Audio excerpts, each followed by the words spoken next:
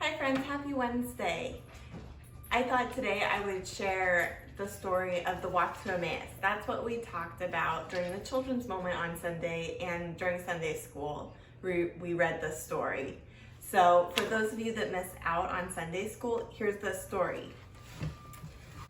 On the road to Emmaus, talking and walking, walking and talking, the two men traveled from Jerusalem to Emmaus.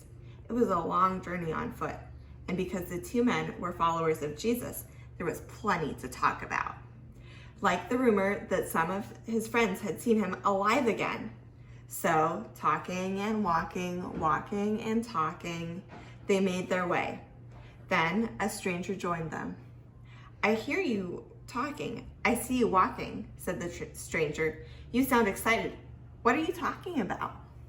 "We're talking about Jesus," said one of the two men. And then, talking and walking, walking and talking, he explained. Jesus was a prophet sent from God. He did amazing things. Many of us thought he was the special one God promised to save us from our enemies. But the religious leaders sentenced him to death. The Romans killed him on a cross, and all our hopes died with him. That was 3 days ago.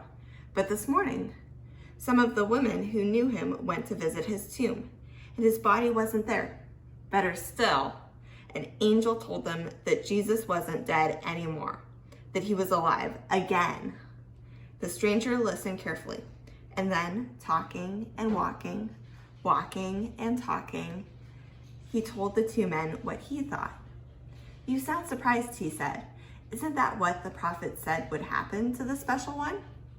If this Jesus died and came to life again, then surely that shows that he is the special one you've been waiting for."